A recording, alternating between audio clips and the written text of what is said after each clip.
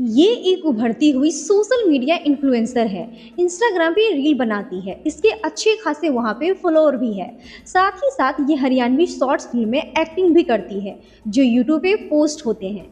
Social media पे जो होता है वो सबके सामने प्रत्यक्ष तो है, लेकिन असलियत में क्या होता है कोई नहीं जानता।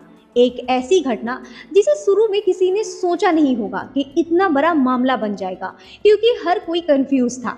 यहाँ तक कि पुलिस भी, मेडिकल रिपोर्ट भी, पोस्टमार्टम रिपोर्ट भी, लास्ट में अंतिम संस्कार भी हो जाता है। लेकिन फिर परिजनों में ऐसा संदेह, ऐसा जिज्ञासा उत्पन्न हुई कि खुद इन्वेस्टिगेशन करने लग जाते हैं। पुलिस का काफ़ी काम ये लोग कर देते हैं। मैं हूँ रूपा और आज हम बात करेंगे रवीना प्रवीण केस के बारे में।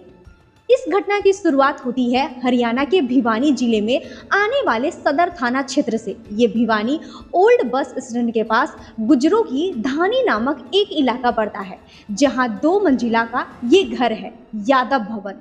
इसी घर में 32 साल की ये महिला रहती थी, रवीना राव, जो सोशल मीडिया इन्फ्लुएंसर थी। इनके पति का नाम प्रवीण यादव, जो 35 साल के थे। ये एक ड्राइवर थे, कभी ट्रक चलाना तो कभी टेम्पो चलाना, कंस्ट्रक्शन में यूज होने वाले मटेरियल जैसे कि गिट्टी बालू, इसका ट्रांसपोर्ट करते थे। इनका 6 साल का एक बेटा भी था, मुकुल, जो कि तीसरी क्लास में पढ़ता था। परिवार के बाकी लोगों के बारे में बताए तो घर में प्रवीण के पिताजी भी थे, सुभाष, जो हलवाई का काम करते थे। शादी ब्याह के फंक्शन में खाना बनाना। प्रवीण की माताजी का देहांत हो चुका था। प्रवीण के 2 भाई थे, एक थे संदीप, उनकी भी शादी हो चुकी थी। इनकी पत्नी घर के ही ग्राउंड फ्लोर में रहती थी। संदीप पंचकुला में ड्यूटी करते थे।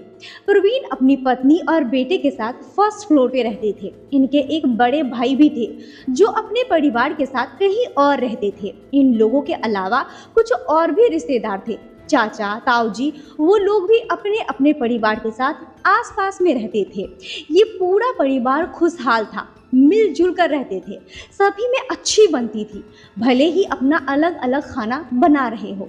यहाँ पर रवीना राव शॉर्ट फिल्म में, ड्रामा में, नाटक में एक्टिंग किया करती थी, जो यूट्यूब पे रिलीज होता है। शॉर्ट फिल्में बनाने वाले जो लोग थे उनमें ये मेंबर बन चुकी थी। अक्सर ये इसी काम की वजह से ज़्यादातर समय बाहर ही रहती थी, कभी कभी टाइम मिलने पे घर आती। 26 मार्च 2025 को रवीना अपने बेटे के कुछ काम के सिलसिले में घर पे आई हुई थी। अब इसको वापस जाना था आज ही के दिन, यानी 26 मार्च को। इसी दिन परिवार के लोगों ने ध्यान दिया कि प्रवीण सुबह से दिख नहीं रहा। वो भी अक्सर बाहर ही रहता था, ड्राइविंग का काम था, सामान ट्रांसपोर्ट करना। हो सकता है सुबह सुबह ही काम पे चला गया हो। फिर भी परिवार के किसी सदस्य ने रवीना से पूछा कि प्रवीण कहाँ है, सुबह से दिखा नहीं। ये भी घर से निकल ही रही थी, इसको भी अपनी टीम के पास जाना था वीडियोस बनाने। ये कहती है कि इसे भी कोई आइडिया नहीं है, जाने से पहले उन्होंने नहीं बताया। इसने भी उन्हें सुबह से नहीं देखा। कल की तारीख में यानी 25 मार्च की शाम में 8 बजे के आसपास वो घर पे लौटे थे और सामान्य रूप से भोजन करके सो गए थे। रवीना भी रोज की तरह समय से खा पीकर सो जाती है, बेटे को भी सुला देती है। इसने आगे बताया कि भोर में 3 बजे के आसपास इसकी नींद खुली, क्योंकि इसे कुछ हलचल सुनाई दिया। ये बाहर आकर देखती है तो इसने देखा कि इसका पति प्रवीण सीढ़ी पर बाहर बैठा हुआ है और बीड़ी पी रहा है। ये देखकर पत्नी इस पर गुस्सा होती है और बोलती है कि क्या कर रहे हो, चलकर सो जाओ। वो कहते हैं ठीक है। इसके बाद पत्नी वापस सोने के लिए चली गई थी। यही आखिरी बार था जब पत्नी ने अपने पति को देखा था। सुबह में जब वो उठी तो घर पे प्रवीण नहीं मिले। ऐसा कोई पहली बार नहीं था जो अजीब लगे। वो कभी कभी सुबह में ही चले जाते थे। यही सोचकर सभी लोग सामान्य थे, ज़्यादा चिंता की बात नहीं थी। सभी अपने अपने कामों में जुड़ गए। रवीना भी घर से चली गई। अब धीरे धीरे 1-2 दिन गुजरते हैं। 28 मार्च को रवीना वापस काम से फ्री होकर घर पे आई। इस बार उसने देखा कि घर में लोग परेशान बैठे हैं, अफरा तफरी मची है। पता चला कि प्रवीण अभी तक घर नहीं लौटा है और ना ही वो फोन उठा रहा है। परिजनों ने अपने जानने वालों, उनके दोस्त यार, जहाँ पे ये काम करता था, हर जगह पता किया, लेकिन प्रवीण कहीं पर भी नहीं था। ये सब देखकर पत्नी भी घबरा जाती है, आखिर वो कहाँ चले गए।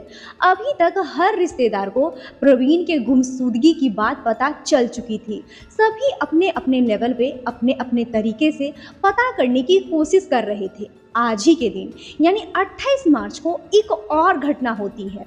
एक राहगीर विनोद रोड से गुजर रहे थे। ये इलाका भी सदर थाना क्षेत्र के अंतर्गत आता है, जहां राहगीर नाले के पास से गुजरते हैं तो उन्हें अजीब सी दुर्गंध महसूस होती है।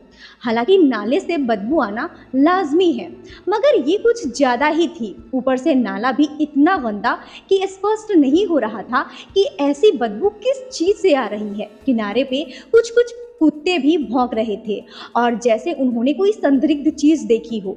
ये सब नोटिस करके राहगीरों को भी कुछ खटका।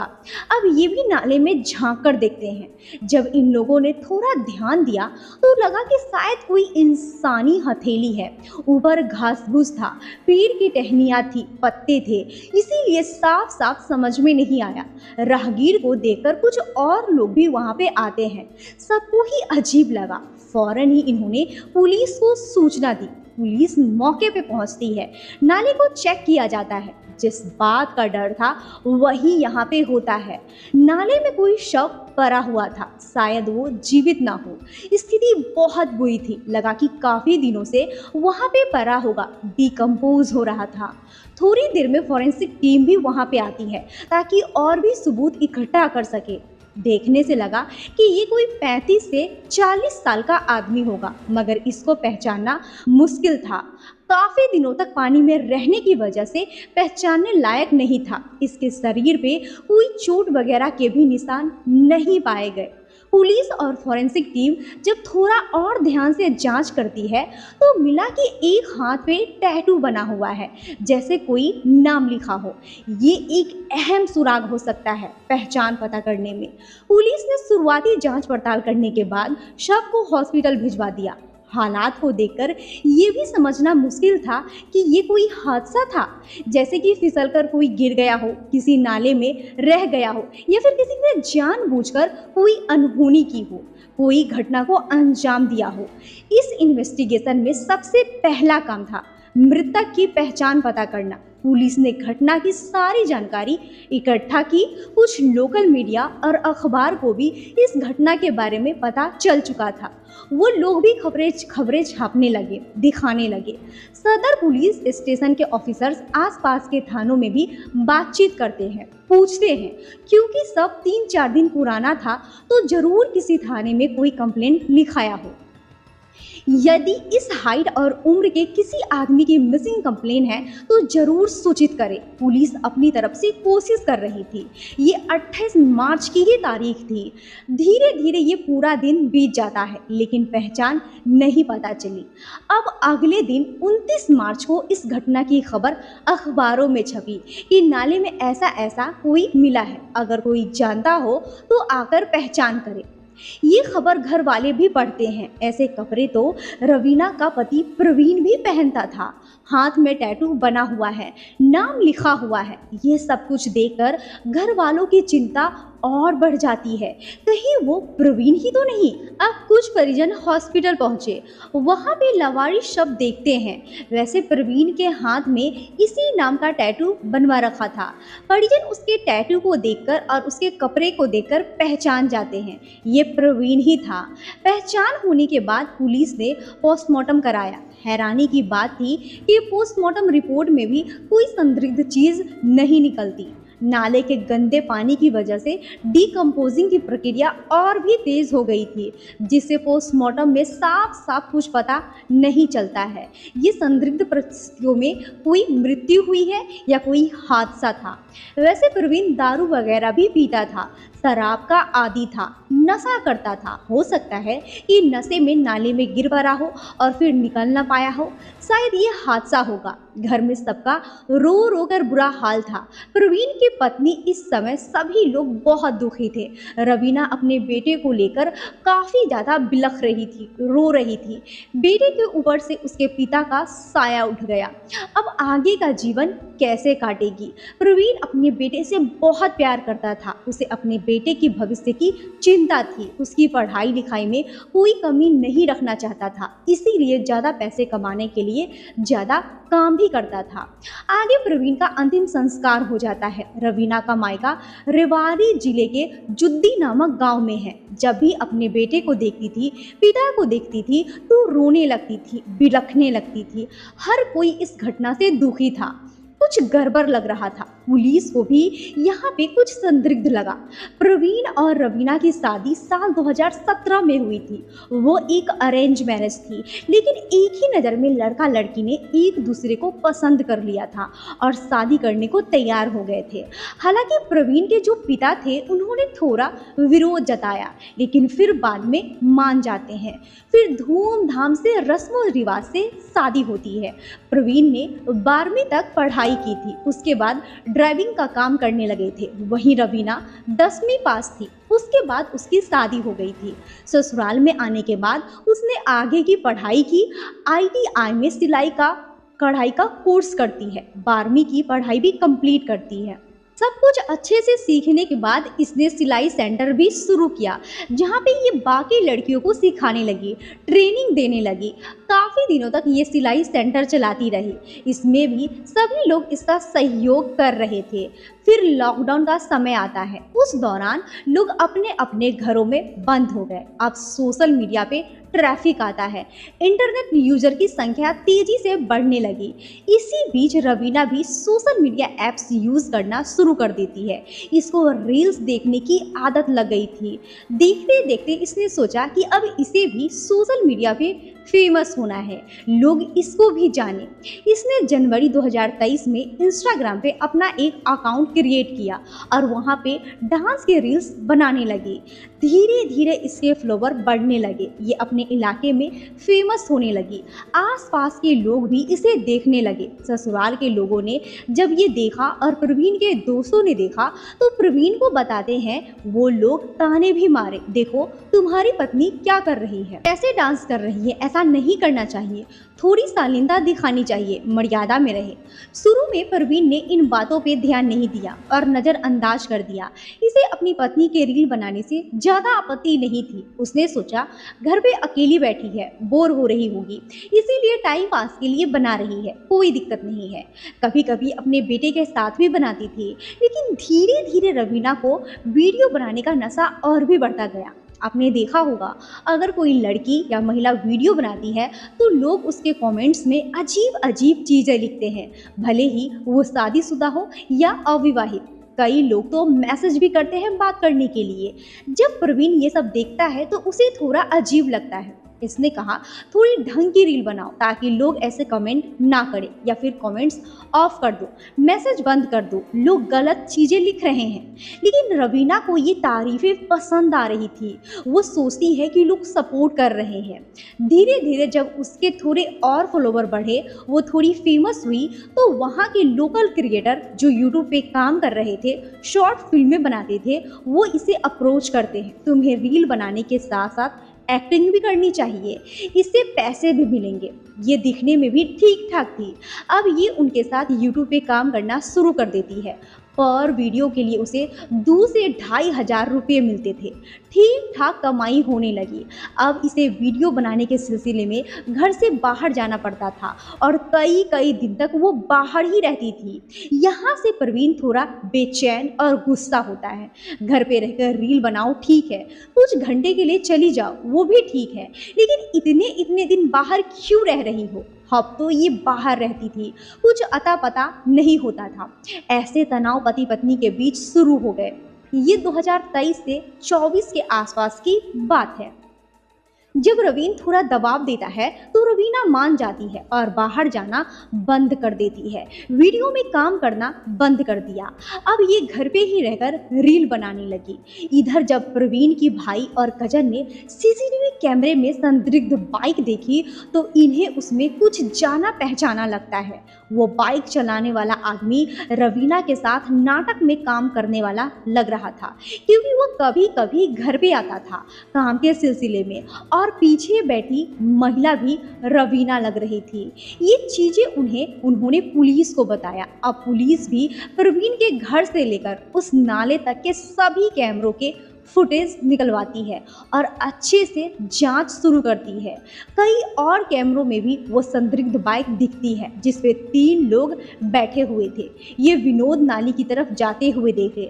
12:15 के आसपास वापस लौटते हुए केवल 2 लोग ही मौजूद थे। बाइक के बीच में जो कोई तीसरा बैठा हुआ था या कोई सामान रखा हुआ था वो चीज़ें नहीं थी।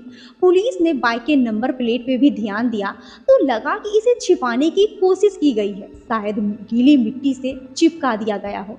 ये भी एक बड़ी वजह बनी शक की, और पुख्ता करने के लिए पुलिस ने रवीना के कॉल डिटेल्स निकाले। 25 मार्च की मोबाइल कॉल लोकेशन निकाली जाती है। कहाँ कहाँ पे ये गई थी, इनकी कॉल डिटेल में एक संदिग्ध नंबर मिला जिस पे ये हमेशा बात करती थी। 25 मार्च के दिन में भी बात किया गया था, रात को भी बात किया गया था। इस नंबर की लोकेशन और रवीना की लोकेशन 25 मार्च की देर रात में सेम जगह पे थी। यानी वो 2 लोग जो बाइक पे बैठे हुए थे वो यही थे, और बीच में हो सकता है कि प्रवीण हो। घर वालों ने पहले ही अपना शक जता दिया था रवीना पर। 24 घंटे के अंदर ही पुलिस रवीना को थाने ले जाती है और सख्ती से पूछताछ करती है। रवीना समझ जाती है कि अब सच्चाई छुपाना मुश्किल है, तो इसने अपना गुनाह कबूल कर लिया। उसने कहा, हाँ, मेरा पति प्रवीण ही था बाइक पर बीच में, और बाइक चलाने वाला का नाम था सुरेश राघव। 29 साल का ये आदमी हिसार जिले के हांसी के प्रेम नगर गांव का रहने वाला था। ये शादीशुदा था और इनके 2 बच्चे, एक बेटा और एक बेटी। ये आदमी भी रवीना के साथ नाटक में काम करता था और यूट्यूब पर वीडियो बनाता था, यूट्यूबर था। सुरेश 5 बहनों का इकलौता भाई था। 3 बहनें की शादी हो चुकी थी और 2 बहनें अभी पढ़ाई कर रही थी। घर में दादी, माता पिता, 2 बहनें, पत्नी और 2 बच्चे थे। 2 मंजिला का ये मकान था। इनके पिता रेलवे में कॉन्ट्रैक्ट पे नौकरी करते थे। केवल 19 साल की एज में सुरेश की शादी हो गई थी। ये भी 12वीं तक पढ़ा था, क्योंकि पिता रेलवे में ठेके पे नौकरी करते थे। तो इसी तरह से बेटे सुरेश को भी वहाँ पे जॉब लगवा देते हैं, इलेक्ट्रॉनिक टिकट मशीन पे। लेकिन ये केवल 2 साल की ही नौकरी थी, फिर छोड़ देता है। इसके बाद वो वीडियो बनाने लगा। घर वाले पूछते तो कहता वीडियो बनाता हूँ, लेकिन उसने कभी भी अपना काम नहीं दिखाया। ये ज़्यादातर घर से ही बाहर रहता था। महीने में 2 महीने में एक बार आता, वो भी 5 से 10 मिनटों के लिए। इस वजह से इसकी पत्नी में झगड़े भी होते थे। परिवार के लोग भी कहते थे समय नहीं देते, पैसे भी नहीं भेजते। इस पर वो कहता मेरी टीम है, वो लोग भी बाहर रहते हैं। घर का खर्चा पिता की नौकरी और दादी की पेंशन से ही चलता था। वो घर की कोई जिम्मेदारी नहीं निभा रहा था। वैसे सुरेश दुबई भी घूमने जाता है। इसने एयरपोर्ट की फ़ोटो भी अपने इंस्टा पे अपलोड कर रखी है। रवीना के बयान के आधार पे पुलिस ने सुरेश को भी उठा लिया। 11 अप्रैल को सुरेश के पड़ोसी उसके घर वालों को सूचना देते हैं कि आपके बेटे को भिवानी पुलिस ने गिरफ्तार किया है। उसने किसी महिला के साथ मिलकर उसके पति का कत्ल कर दिया है। ये सुनकर पूरा परिवार सन्न रह जाता है। पत्नी बिलख बिलख कर रोने लगती है। वैसे रवीना ने अपने इंस्टाग्राम के बायो में सिंगल मदर लिख रखा था, जबकि ये अपने पति के साथ रहती थी। सुरेश ने भी अपने बायो में सिंगल लाइफ लिख रहा था, जबकि इनके 2 बच्चे और पत्नी है। करीब 1.5 साल पहले रवीना और सुरेश मिलते हैं। हरियाणवी नाटक में काम करने के दौरान वहाँ पे उनकी दोस्ती होती है, जान पहचान होती है। पति प्रवीण के दबाव देने पे पत्नी रवीना ने काम करना छोड़ दिया था। फिर रवीना को सुरेश समझाता है कि काम करने के लिए आ जाओ, मना मत करो। वो उसकी तारीफ़ें करता, उसकी एक्टिंग की खूबसूरती की ऐसी ऐसी बातें कहता जिससे वो इम्प्रेस हो जाए। जो इसका पति भी नहीं कहता था। झूठी तारीफें करता, कहता कि तुमको और भी स्मार्ट बनना चाहिए, अच्छे कपड़े पहनो, नाटक में काम करो, तुम्हारा पति तुमसे जलता होगा कि तुम उससे ज़्यादा पैसे कमाती हो। इन सारी चीज़ों से रवीना सुरेश के करीब जाने लगी। इसने अपने घर वालों, ससुराल वालों और पति के मर्जी के खिलाफ जाकर फिर से काम करना शुरू कर दिया। अब ये लोग क्या सोच रहे हैं इससे इसे कोई फर्क नहीं पड़ता। ये सुरेश के साथ खुलकर काम करने लगी वीडियो में। कभी भाभी, कभी पत्नी, कभी माँ बनती थी, लेकिन असल जिंदगी में इसने सारे रिश्तों से मुंह मोड़ लिया था। जब भी पहले रवीना का पति से झगड़ा होता था तो ये मायके चली जाती थी, लेकिन अब मायके जाने के बहाने सुरेश के पास जाने लगी। दोनों साथ रहते थे क्योंकि पति अक्सर बाहर रहता था तो सुरेश रवीना से मिलने घर पे ही आता था। उनके ससुराल में घर की छत पे जो जाने वाली सीढ़ी थी वो बाहर की ओर बनी हुई थी। बाहर से ही छत पे जा सकते थे बिना किसी की नज़र में आए।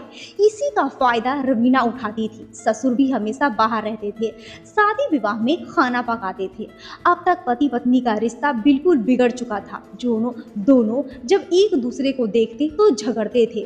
पति को अपनी पत्नी का सुरेश से बात करना पसंद नहीं था।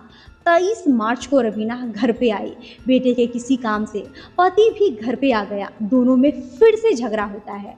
इसके बाद ही रवीना ने सोचा कि ये रोज रोज की रोक टोक से तंग आ चुकी है। अब पति को रास्ते से हटा देना चाहिए। ये ठीक से रील बनाने नहीं देता, वीडियो नहीं बनाने देता, बाहर जाने से रोक टोक करता है, सुरेश से बात नहीं करने देता। इसके बाद ये सुरेश से बात करके प्लान बनाती है।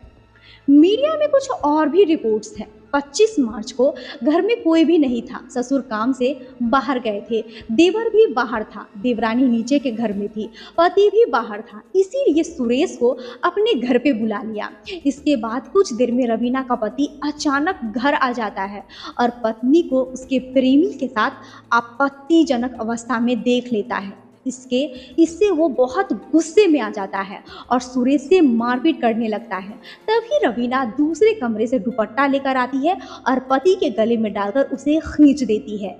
इसके बाद दोनों ने मिलकर उसका जीवन समाप्त कर दिया। रवीना ने मारपीट में लाठी डंडे का भी इस्तेमाल किया। एक और बात ये थी कि रवीना पहले से ही प्लान बना रखी थी। घर वालों ने जो सीसीटीवी कैमरे में पाया और पुलिस के अनुसार 23 मार्च को जब पति पत्नी में झगड़ा हुआ तभी पत्नी ने सोच लिया था कि क्या करना है। उसने अपने प्रेमी को कॉल करके सारी बात बता दी कि कैसे अंजाम देना है। 25 मार्च की रात पति भोजन करके रात 9 बजे तक सो जाता है। रात में 11 बजे के आसपास पत्नी प्रेमी को कॉल करके बुलाती है, लेकिन वो आ नहीं पा रहा था। अगर बीच में कोई देख लेता तो वो लौट जाता और फिर थोड़ी देर बाद वो वापस आता। आधी रात करीब 12 बजे जब पूरा मोहल्ला शांत हो गया तो ये प्रेमिका के घर पे जाता है। वो उसका इंतजार कर रही थी। इसके बाद दोनों ने घटना को अंजाम दिया। फिर रात करीब 12:30 बजे बाइक से निकल पड़ते हैं और पति के शव को नाले में फेंक देते हैं। ऊपर से घास फूस डाल देते हैं ताकि कोई पहचान न सके। कुछ दिनों में सब डिकम्पोज होकर पहचान से बाहर हो जाएगा, ऐसा उन्होंने सोचा। दोनों 1 घंटे तक वहाँ रुकते हैं और फिर लौट आते हैं। 1:55 पर ये दोनों दिखाई भी दिए। लगभग 1:55 पर सुरेश रवीना को उसके घर पे छोड़ देता है। फिर वो वहाँ से चला जाता है। आगे रवीना सारा नाटक करती है। पुलिस ने बाइक और उस चुनरी को भी बरामद कर लिया है। उसने उसके बारे में भी नहीं सोचा। उसे अपने प्रेमी के साथ रहना था, उसी के साथ जीवन बिताना था और सोशल मीडिया पे फेमस होना था। रवीना के घर वाले अब उसके लिए कड़ी से कड़ी सज़ा की मांग कर रहे हैं। तो ये वीडियो यहीं पे ख़त्म करते हैं। आप कमेंट करके अपनी राय ज़रूर बताएं। इस वीडियो को लाइक और शेयर ज़रूर करें। हमारे चैनल को सब्सक्राइब कर लीजिए और बेल आइकन दबाना ना भूलिए। मिलते हैं अगले वीडियो में, तब तक के लिए धन्यवाद।